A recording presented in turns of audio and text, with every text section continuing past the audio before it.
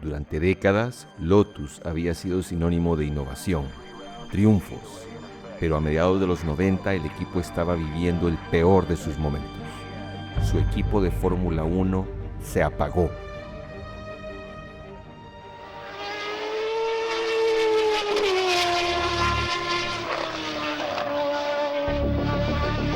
Esta es la historia del último intento de Lotus por volver a la cima del automovilismo.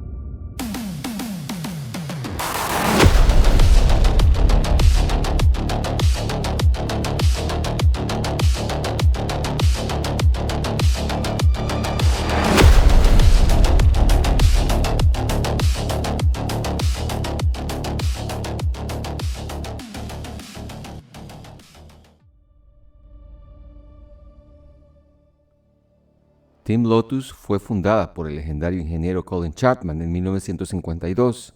Es una de las escuderías más icónicas y revolucionarias de la historia de Fórmula 1. Chapman transformó el automovilismo. Lotus dominó las pistas gracias a innovaciones técnicas sin precedentes que redefinieron el deporte para siempre.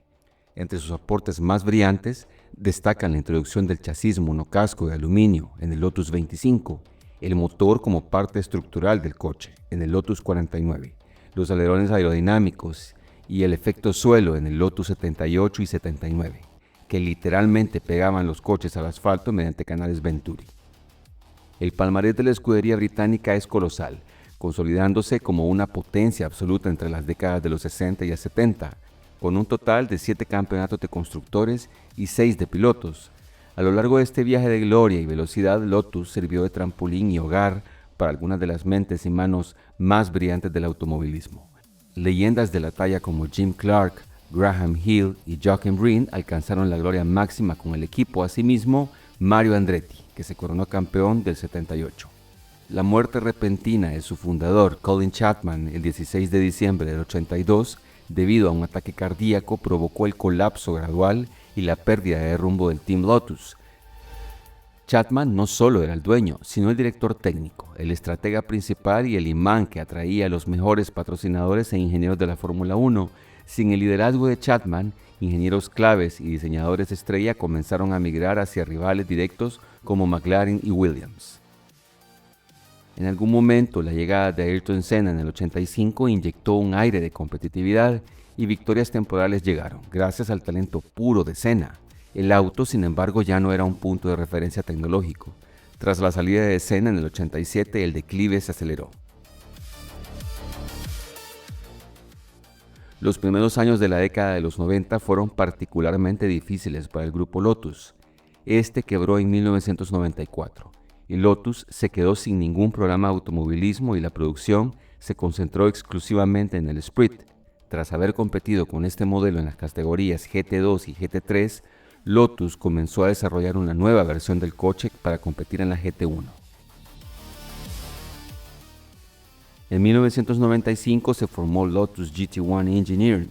El único propósito de este equipo era diseñar y desarrollar una versión GT1 específica del Lotus Sprint V8 y competir con ella en la BPR Global Endurance Series. Esta serie ya la mencionamos en los videos del Ferrari F40 LM, del McLaren F1 GTR y del Porsche 911 GT1 98. En ellos explicamos qué fue lo que sucedió, pero en resumen, esta serie nació de las cenizas del Grupo C, coches deportivos basados en coches de producción. Luego, en el 97, la FIA tomó el control y transformó esta serie en una continuación del Grupo C. Los coches ya no necesitaban una cantidad enorme de unidades para ser homologados. Nacieron coches que distaban totalmente de unidades de calle. Y así nacieron los Mercedes-Benz CLK, los Porsche 911 GT1 98.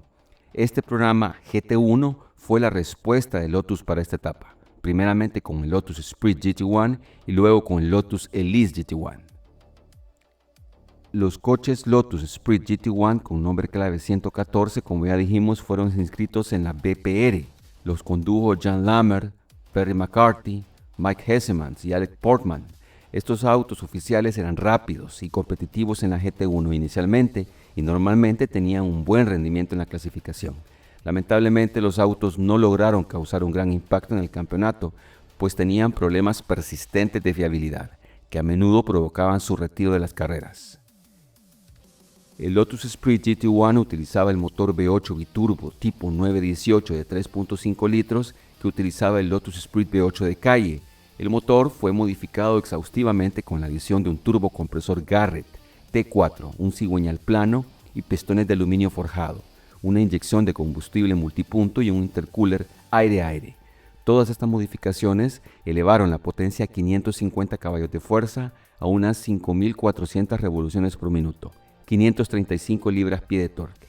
La caja de cambios en su versión final fue una Hewland TG T200 de 6 marchas, lo que resultó en cambios de marchas mucho más suaves.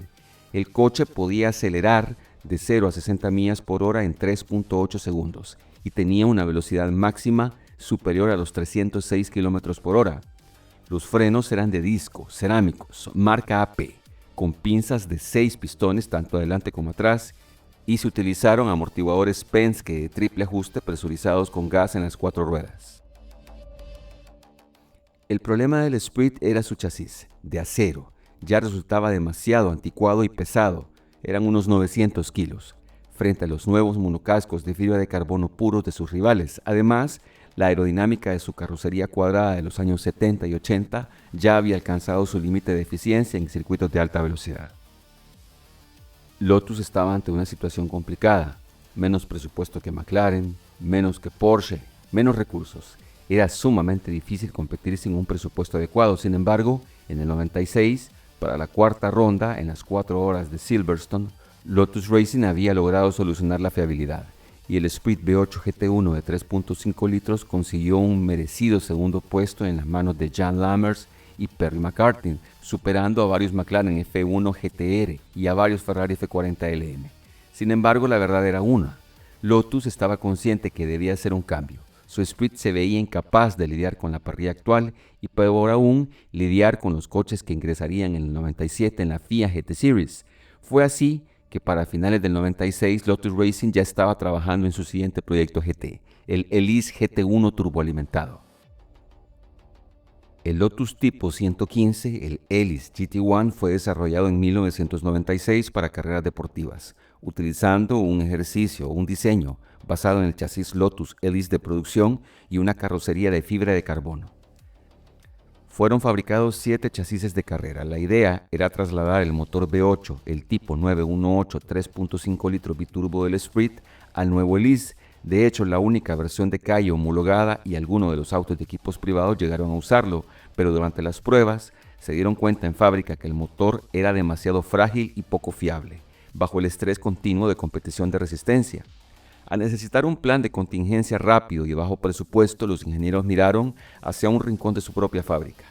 Como a finales de los 80 y principios de los 90, General Motors era dueña de Lotus, durante esa era, Chevrolet le encargó a Lotus el diseño integral de un motor LT5 para el Corvette C4ZR1 de producción. Lotus tomó el concepto de un bloque americano clásico y lo convirtió en una obra de arte de la ingeniería europea, añadiéndole doble árbol de levas a la cabeza, 32 válvulas.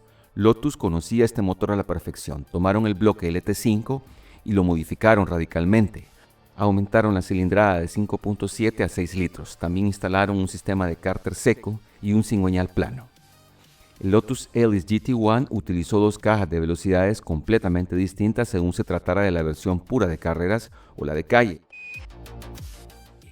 Para todos los autos de competición instalaron una caja de transmisión Hewland de 6 marchas, secuencial, era transversal.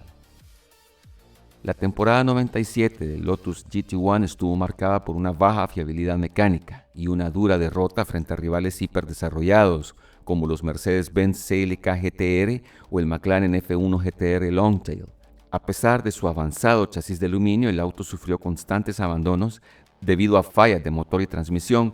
Tuvo un debut que ya anunciaba el destino final del proyecto. En la ronda inicial en Hockenheim, en Alemania, los 4 chasis inscritos abandonaron por fallas en el alternador. El punto a destacar en el año ocurrió en el circuito urbano de Helsinki, en Finlandia. El chasis privado de GBF UK Ltd alcanzó la 5ª posición general, logrando realmente los únicos puntos de la marca en esa temporada. Ante la falta de competitividad en las últimas carreras de la FIA GT Series, que fueron en Norteamérica, en Sebring y Laguna Seca, El equipo oficial logró montar un motor de fundición de hierro, estilo NASCAR. Era un motor Chevrolet de fundición de 5.7 litros con doble árbol de levas, en un intento desesperado por obtener potencia y fiabilidad. Pero tras finalizar el año, Lotus canceló de forma definitiva el programa.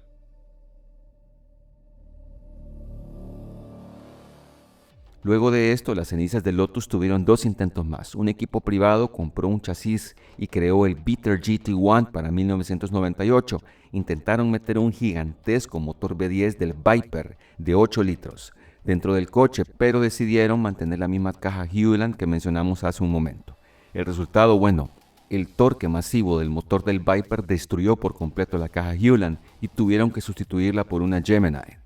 Lamentablemente no logró obtener buenos resultados. El Lotus Elise GT1, el chasis 05, protagonizó en el 2004 una de las resurrecciones más nostálgicas e históricas del automovilismo moderno, marcando el fin de una era.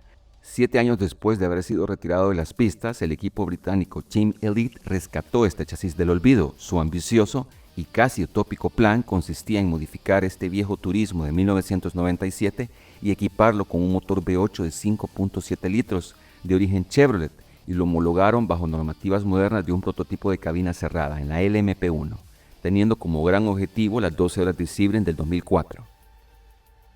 La brecha generacional de 7 años resultó insalvable. El vehículo rodó drásticamente fuera de ritmo y su mecánica no resistió las exigencias del circuito. Tras completar escasas 7 vueltas, la transmisión colapsó por completo, forzando el abandono del equipo. Este rotundo fracaso obligó al equipo a cancelar el proyecto de manera fulminante. Aquellas 7 vueltas en el asfalto de Sebring no solo significaron el abandono de la carrera, sino que sepultaron para siempre el programa de Lotus Elise GT1, cerrando con un último y melancólico suspiro la historia internacional de este coche. Colin Chapman solía desafiar todos los límites conocidos. Después de su partida, Lotus nunca volvió a ser la misma. Sin embargo, durante un breve instante, un grupo de ingenieros decidieron seguir caminando en ese mismo sendero. No buscaban únicamente construir otro coche de carreras, intentaban mantener viva una forma de entender el automovilismo. Quizá el proyecto GT1 nunca consiguió devolver a Lotus a lo más alto. De hecho, no lo hizo, pero sí nos dejó una gran lección. Los sueños no siempre se miden por los trofeos que consiguen, sino por el valor de quienes se atreven a seguirlos. Y mientras alguien recuerde esta historia, el espíritu del Lotus seguirá acelerando. Con esto cerramos este capítulo de la semana. Gracias por haberme acompañado hasta acá. Les mando un gran abrazo enorme y nos vemos la otra semana con otro capítulo del Deporte Motor. Speed Lab 27. Cambio y fuera.